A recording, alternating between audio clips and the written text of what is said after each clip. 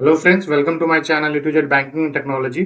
और जैसा कि हम अपने प्रोफाइल वाइज सेगमेंट में एक केस के ऊपर डिस्कशन करते हैं, तो आज मैं आपके लिए लाया हूँ को वर्क स्पेस बिजनेस को कैसे फंड किया जाए और उसकी पीडी कैसे की जाए, क्या क्वेश्चन पूछे जाए पीडी के दौरान पे, और किन किन बातों का ध्यान रखा जाए जब भी हम किसी को वर्क स्पेस वाले बिजनेस को फंड करते हैं। तो सबसे मैं पहले मैं बता दूं कि जो को वर्क स्पेस है उससे क्या क्या बिजनेस होता है और उसे हम क्या समझते हैं, क्योंकि काफ़ी लोगों के लिए को वर्क स्पेस बिजनेस कुछ नया हो सकता है। तो बेसिकली जो को वर्क स्पेस एक ऐसा बिजनेस है जहाँ पे जो बिजनेस ऑनर है वो कुछ स्पेस जो है रेंट पे ले लेता है। फॉर एग्जांपल जो लैंडलॉर्ड है उससे एक स्पेस रेंट पे ले लेता है और उन स्पेस में एक वर्क सेशंस बना देता है, वो मल्टीपल वर्क सेशन बना देता है। और उन वर्क सेशन को वो इंडिविजुअल जो फ्रीलांसर्स हैं या जो कुछ कंपनी है जो अपने लिमिटेड वर्क स्टाफ को वहाँ बैठाना चाहते हैं, वहाँ पे वो उनको पर सीट वाइज आपको रेंट आउट कर देते हैं। और इसमें उनको प्रॉफिट क्या होता है, बेसिकली जो प्रॉफिट है वो पूरे स्पेस का उन्होंने एक लीज रेंट कर लिया ऑनर से, या उनका वो सेल फोन हो सकता है। और जो पर वर्क सेशन है वो आपको उन्होंने अलग अलग लोगों को या एक ही कंपनी को किसी को पर वर्क सेशन के हिसाब से आपको रेंट आउट कर दिया। तो इसमें अगर बेसिक आप समझेंगे जो प्रॉफिट है वो कैसे निकालते हैं, कि फॉर एग्जांपल अगर मैंने एक 100 स्क्वायर यार्ड का स्पेस अगर फॉर एग्जांपल 50,000 रुपये में रेंट पे लिया, ओके, एंड उसमें मैंने 10 वर्क सेशन बना दिए या 20 वर्क सेशन, फॉर एग्जांपल हम इजी समझने के लिए 20 वर्क सेशन बना दिए, और सब वर्क सेशन पे मैंने उस पे करीब 10,000 रुपये का पर वर्क सेशन चार्ज किया। तो मेरा जो टोटल कैश आया जो इनकम आई वो अप्रोक्स ग्रॉस इनकम हमारे को 2 लाख रुपए की आ गई। लेकिन जो मेरा रेंट गया यहाँ पे, रेंट मेरा गया ओनली 50,000 रुपये। तो ग्रॉस प्रॉफिट देखेंगे अगर रेंटल के पॉइंट ऑफ व्यू, तो आपका 1.5 लाख रुपए का यहाँ पे जो ग्रॉस रेंटल का प्रॉफिट है वो है। बट इसके अलावा उसे और भी फैसिलिटी देनी होती है। जिस फैसिलिटी में हम बात करते हैं उसका इलेक्ट्रिसिटी आना चाहिए, वाईफाई होना चाहिए, आपका जो कंप्यूटर है वो प्रिंटर है वो प्रिंटर मिलना चाहिए, प्लस आपके पास जो एयर कंडीशंस है उसकी होनी चाहिए सुविधा। वाईफाई तो हमने ऑलरेडी बता दिया, और इसमें आप दे सकते हैं टी कॉफ़ी की फैसिलिटी। और जैसे जैसे आप इसका जो पर वर्क सेशन की कॉस्टिंग है वैसे वैसे उसमें फैसिलिटी ऐड ऑन होती रहती है, मल्टीपल फैसिलिटीज इसमें अवेलेबल है। तो इन सबकी कॉस्टिंग जो है वो यहाँ से माइनस होती है। तो आप लेट्स अज्यूम कीजिए कि इन सबकी कॉस्टिंग लगाने में बंदे ने अप्रोक्स 50,000 रुपये और मंथ के खर्च कर दिए। तो अल्टीमेटली आपका जो प्रॉफिट हुआ पूरे इन वर्क से, ये अप्रोक्स 1 लाख रुपए का आपका प्रॉफिट हुआ, जिसमें आप सर्वेंट की या एम्प्लॉय की फीस या जो सफाई कर्मचारी है उनकी फीस, ये सब ऑलरेडी आपने इसमें 50,000 में काउंट कर लिया। तो ये एक ऐसा बिजनेस है जिसको रेंटल प्रीमिसेस को आप सबलेट कर देते हैं या ओन्ड प्रीमिसेस को आप डेवलप करके उसमें एक को वर्क स्पेस का एक एरिया क्रिएट कर देते हैं, उसे हम को वर्क स्पेस बिजनेस बोलते हैं। तो चलिए आगे हम बात करते हैं कि जब इस बिजनेस को हम फंड करते हैं तो किन बातों का उसमें ध्यान रखना चाहिए। तो सबसे पहले मैं आपको बता दूं जो इसमें सबसे प्राइम जो पॉइंट है वो है आपकी लोकेशन का। क्योंकि ये जो वर्क स्टेशन है कहीं भी आपको रूरल एरियाज में या फिर आपके जो विलेजेस हैं वहाँ पे आपको ये देखने को नहीं मिलेगा, क्योंकि उस टाइप की डिमांड ही वहाँ पे नहीं आती है। तो आपको देखना है लोकेशन क्या है और डिमांड क्या है। तो लोकेशन आपको जनरली मिलेगी मेट्रो सिटीज में, जहाँ मेट्रो सिटीज से मेरा मतलब है आपका दिल्ली, मुंबई, बैंगलोर और जो भी अपने 4 मेट्रो सिटीज है वहाँ पे। और ये लोकेशन आपकी प्राइम रहेगी जनरली, क्योंकि यहाँ से आपका जो कनेक्टिविटी है वो मेट्रो कनेक्टिविटी होनी चाहिए, आपकी रेलवे कनेक्टिविटी होनी चाहिए, बस कनेक्टिविटी होनी चाहिए। और ये जो लोकेशन है ये आपकी कमर्शियल लोकेशंस के ऊपर ज़्यादा आपको मिलेगा, जहाँ पे कमर्शियल वर्क स्पेस बना हुआ है या फिर कमर्शियल बैंक्स का हब है, या वहाँ पे कोई कमर्शियल बिल्डिंग है, कमर्शियल एरिया है वहाँ पे। तो वहाँ पे आपको ज़्यादा ये ऐसे स्पेस देखने को मिलेंगे। तो आपकी जो कस्टमर है उसका जो ये वर्क स्पेस है, ये आपका लोकेशन काफ़ी मैटर करता है, लोकेशन की क्वालिटी काफ़ी मैटर करती है। ये प्राइम एरिया में होना चाहिए, और हाई डिमांड एरिया आपका को वर्क स्पेस का प्राइम एरिया में ही मिलता है। ऐसा नहीं होना चाहिए किसी ने अपने रेजिडेंशियल फ्लोर पे या रेजिडेंशियल हाउस पे वर्क स्पेस बना दिया है और वहाँ पे उन्होंने कुछ लिमिटेड जो है यूजर्स उनको बैठा रखा है, तो वो उसमें डिमांड काफ़ी कम रहेगी। इसलिए आपको लोकेशन और डिमांड दोनों को चेक करना है। देन आता है कंपटीशन एनालिसिस। आपको ये देखना है कि जिस एरिया में वो बंदा बैठा है उस एरिया में क्या प्रेजेंस है कंपटीशंस की, और प्रेफरेंस जो है वो किन को मिल रहा है, आपके कस्टमर को मिल रहा है या उस एरिया के किसी अदर कस्टमर को मिल रहा है। अगर अदर कंपटीटर्स को मिल रहा है तो ऐसा क्या डिफरेंस है अदर्स में और इसमें जो इनको अलग कर रहा है, इस पे कम बिजनेस आया है, इनको ज्यादा बिजनेस आ रहा है। तो डिफरेंस आपको चेक करना है कंपटीशन से। तो चलिए नेक्स्ट पॉइंट आपको जो सबसे इम्पोर्टेंट है उसमें आपको देखना है कि बिजनेस मॉडल क्या रन करते हैं, रेवेन्यू का जो जनरेशन का स्ट्रीम है वो क्या है। इसमें आपको ये अंडरस्टैंड करना है कि ये मेंबरशिप इशू कर रहे हैं, जो मेंबरशिप बेस पे आप जो वर्क स्पेस है मेंबरशिप बेसिस पे ले सकते हैं, या फिर आवरली बेस पे आप उसे यूज कर रहे हैं, या आपने दोनों को कॉम्बिनेशन ऑफर किया हुआ है।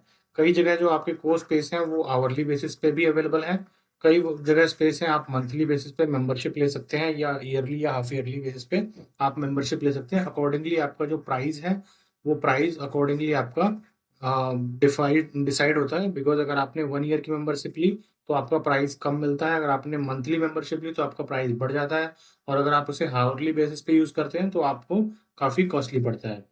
साथ ही साथ इसमें आपको ये देखना है कि जो रेवेन्यू स्ट्रीम्स हैं वो मल्टीपल रेवेन्यू स्ट्रीम्स हैं या नहीं है।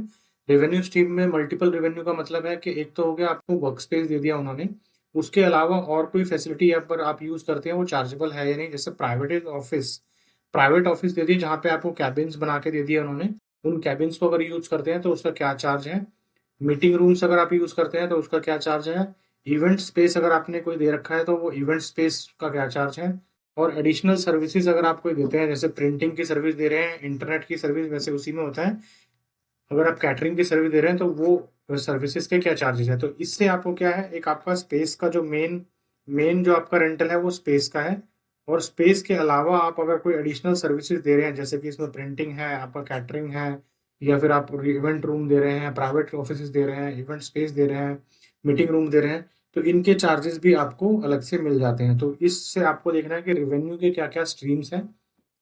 अगर किसी ने आपसे डॉक बॉय की सर्विस मांगी कि आप डॉक बॉय दे दो, डॉक्यूमेंटेशन करने वाला लड़का भी ऑफर करा दो, कोई डिलीवरी वाला बॉय दे दो जो मार्केटिंग फील्ड में जा सके, तो उसके भी आप सर्विस यहाँ से एडिशनली कमा सकते हैं। तो आपको ये देखना है कि क्या बिजनेस मॉडल है, किस टाइप की सर्विस दे रहा है, और मल्टीपल सोर्स ऑफ इनकम यहाँ से जनरेट कर पा रहा है, या सिंगल सिर्फ स्पेस से देकर ही वो अपनी इनकम रन कर रहा है। तो ये भी एक काफी अच्छा आपको रेवेन्यू स्ट्रीम मिल जाता है। तो ये आपको चेक करना है कि आपका क्लाइंट किन किन चीज़ों में डील कर रहा है।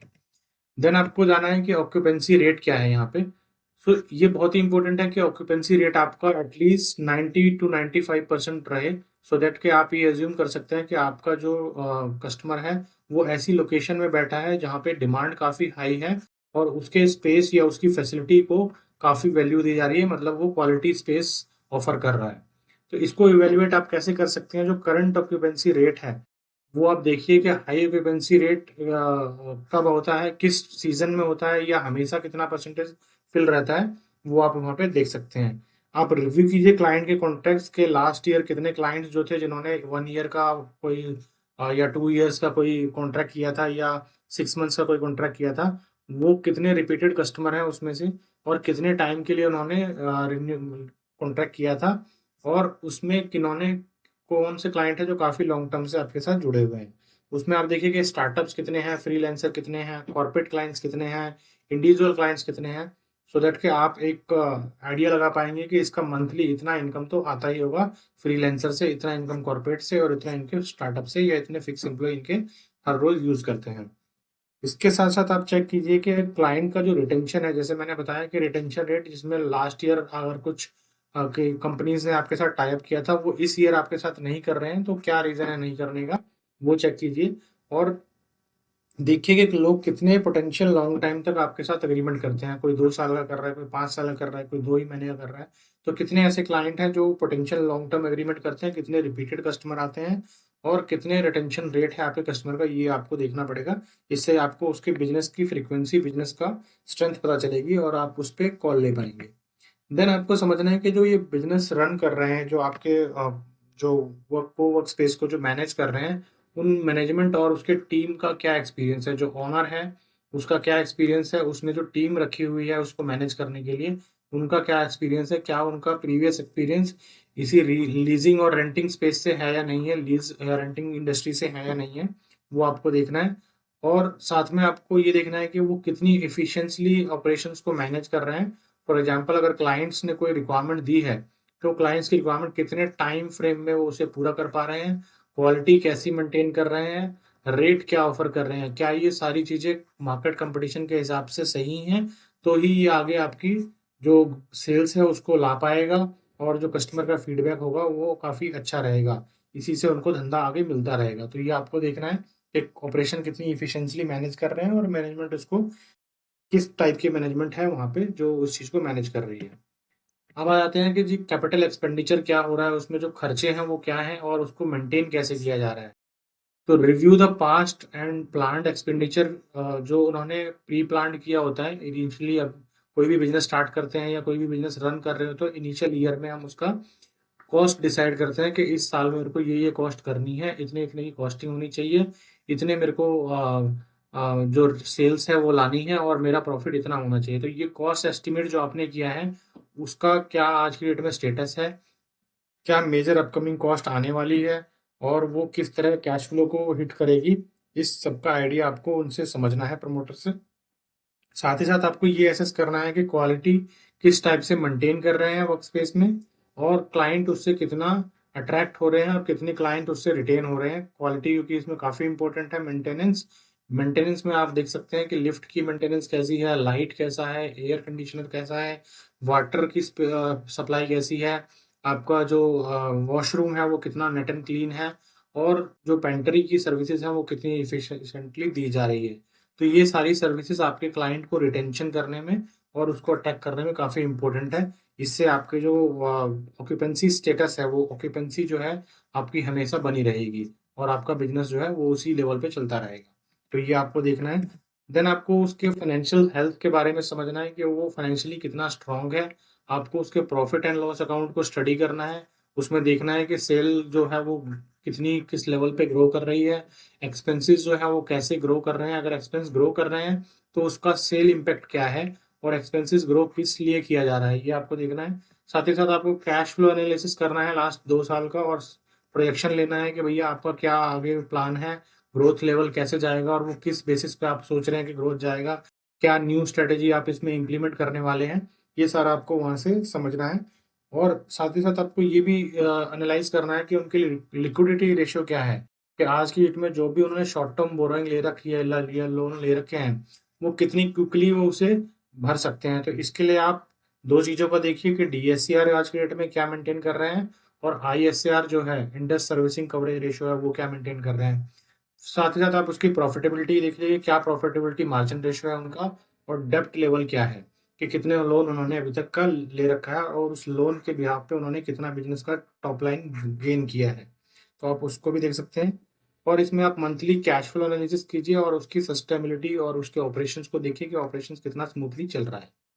तो ये फाइनेंशियल एनालिसिस करने के बाद आप देखिए कि जो लीज है, टर्म है, वो लीज टर्म एंड कंडीशंस क्या है।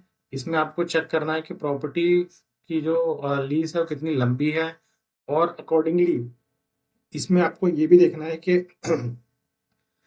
जो प्रॉपर्टी ओनर से उन्होंने लीज करी है वो कितने साल की है। फॉर एग्जांपल प्रॉपर्टी ओनर से उन्होंने 5 साल या 1 साल के लिए एग्रीमेंट किया है, और जो उनके वेंडर हैं उनसे उन्होंने 2 साल के लिए एग्रीमेंट, 2 साल के लिए वो स्पेस बुक कर दिया है।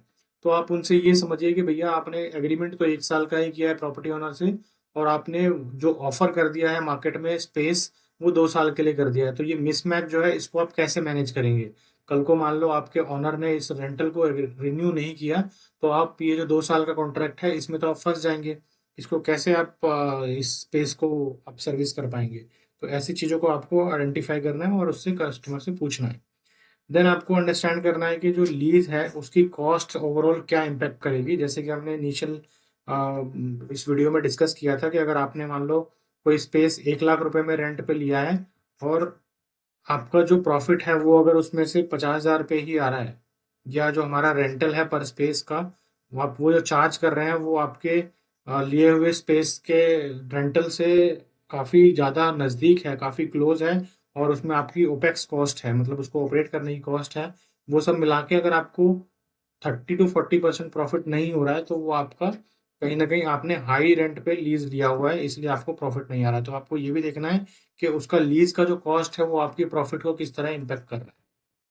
तो चलिए नेक्स्ट पॉइंट है, यहाँ पे हम बात करेंगे कि ये सारे आपको जो क्वेश्चंस हैं वो आपको ड्यूरिंग द पीडी जब आप ऑनर से मिल रहे हैं तो आपको क्या क्या पूछना है।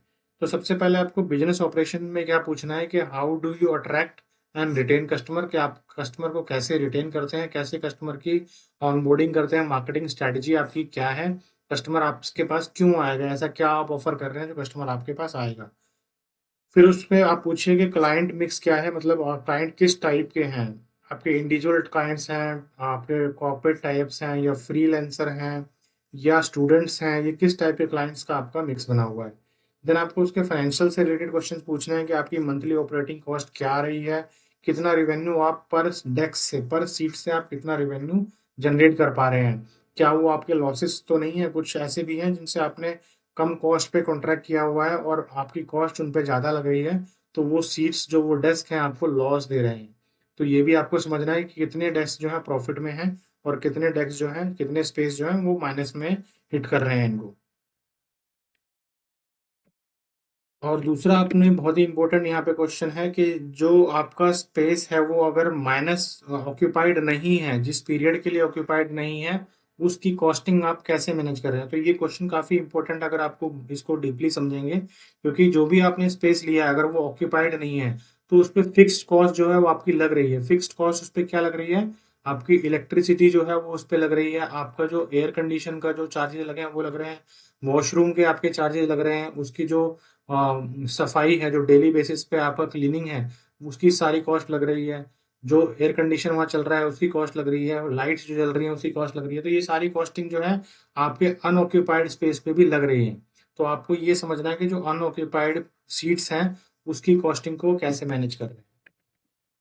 देन आपको ये समझना है कि ग्रोथ प्लान क्या है बिजनेस का, कि बिजनेस वो किस लेवल से स्टार्ट किया था और क्या उनकी नई लोकेशन खोलने का कोई प्लान है, और या इसको ग्रो कैसे करेंगे ये, और जो इन्होंने अभी चला रहे हैं उसको किस लेवल पे मेंटेन कर रहे हैं, और मैनेज कैसे करेंगे कंपटीशन को, मार्केट में जो इतना कंपटीशन है उसको बीट करने के लिए उन्होंने क्या स्ट्रैटेजी ले रखी है, ये आपको उनसे समझना है। रिस्क मैनेजमेंट में अगर आप पूछें तो उनसे आपको ये पूछना है कि भी आपका जो बिजनेस है उसमें जो फोर्सेस है, जो आपके ऐसे सिचुएशंस हैं जहाँ पे आपका कंट्रोल नहीं है। फॉर एग्जांपल अगर आपका कुछ जो कंपनी है जहाँ पे आपने डील करी हुई थी लॉन्ग पीरियड के लिए वो बंद हो जाती है, तो आप उसको कैसे मैनेज करेंगे, या फिर आपका जो अनऑक्यूपाइड स्पेस है वो काफ़ी लॉन्ग टर्म के लिए चला जाता है तो उसको आप कैसे मैनेज करेंगे, या जैसे हमने लास्ट टाइम देखा कि लॉकडाउन आ गया तो उसमें काफ़ी स्पेस, काफ़ी बिजनेसेस हिट हुए, तो उस सिचुएशन को आप कैसे मैनेज करेंगे, ये क्वेश्चंस आपको समझने हैं उनसे। और साथ ही साथ आपको ये समझना है कि अगर कोई क्लाइंट आपसे डिफॉल्ट कर जाता है कि भैया उसने स्पेस यूज कर लिया बट उन्होंने पेमेंट नहीं दी, या लेट पेमेंट दे रहे हैं क्लाइंट, तो उस सिचुएशन को वो उस बीच में कैश क्रंच जो है, जो फाइनेंशियल्स है, जो उसकी रीपेमेंट है लोन्स की, या जो उनकी मेंटेनेंस कॉस्ट है उसको कैसे मैनेज करते हैं, तो ये आपको समझना है। देन आपको लीज मैनेजमेंट में आपको कस्टमर से ये पूछना है कि भाई इसका प्रॉपर्टी ओनर कौन है और वो इस लीज को कैसे टर्मिनेट कर सकता है, क्या क्या टर्म एंड कंडीशंस हैं वो आपको जानना है। और how flexible your term and condition with the client, और कितने आपका जो ओनर है वो कितना आपको सपोर्टिव है, और जब ऐसी कोई ऐसी इकोनॉमिकल सिचुएशन आती है जैसे हमारा लास्ट टाइम लॉकडाउन हुआ था उसमें आपका लैंडलॉर्ड कितना सपोर्टिव है, तो ये भी आपको समझना है। या फिर कोई लीगल चैलेंजेस आते हैं जैसे पुलिस वाले आ रहे हैं या फिर कोई वहाँ वाला लोकल गुंडा आ रहा है, तो उस सिचुएशन में आपका लैंडलॉर्ड कितना आपको सपोर्ट करता है, ये आपको समझना है। इसमें सबसे इंपॉर्टेंट आपको कस्टमर से ये समझना है कि and use of the funds, जो फंड्स आप लेना चाह रहे हैं बैंक से उसका क्या यूटिलाइजेशन करने वाले हैं, कि how do you plan to use the funds, is it for expansion, working capital और रीफाइनेंस ऑफ एग्जिस्टिंग डेब्ट्स, कि आप कोई नया बिजनेस, नया यूनिट स्टार्ट करने वाले हैं, या आपको इस यूनिट को रन करने में कोई कैपिटल के वो गैप आ रहा है उसके लिए चाहिए, या आपने जो एग्जिस्टिंग में कोई डेब्ट उठाया हुआ है उसको आप रीफाइनेंस कर रहे हैं। तो ये आपको समझना है एंड यूज, क्योंकि काफी इंपॉर्टेंट है एंड यूज। और how you will you improve your business और कैश फ्लो और ऑपरेशन एफिशिएंसी, ये आपको उससे समझना है कि इस पैसे का यूज करके आप अपने बिजनेस में क्या ऐसा चेंज लाने वाला है जिससे आपकी जो ऑपरेशन एफिशिएंसी बढ़ जाएगी और आपका कैश फ्लो बढ़ जाएगा। तो गाइज ये सारी चीजें हैं, मैं आपको फिर से एक बार रिपीट कर देता हूँ कि आपको क्या क्या देखना है। एक आपने लोकेशन और मार्केट डिमांड, देन आपको बिजनेस मॉडल समझना है, उसके रेवेन्यू के टाइप समझना है, किस किस टाइप से वो रेवेन्यू अर्न कर रहा है। देन आपको ऑक्यूपेंसी रेट और क्लाइंट बेस समझना है कि ऑक्यूपेंसी कितनी है, क्लाइंट टाइप क्या है, स्टार्टअप है, फ्रीलांसर है, इंडिपेंडेंट है, स्टूडेंट है, कौन है। देन आपको मैनेजमेंट टीम और उसका एक्सपीरियंस समझना है कि मैनेजमेंट टीम इसी लाइन से है या नहीं है, और कितनी इफिशिएंटली मैनेज कर रही है इसको। उसके बाद आपको कैपिटल एक्सपेंडिचर और उसके मेंटेनेंस के बारे में समझना है।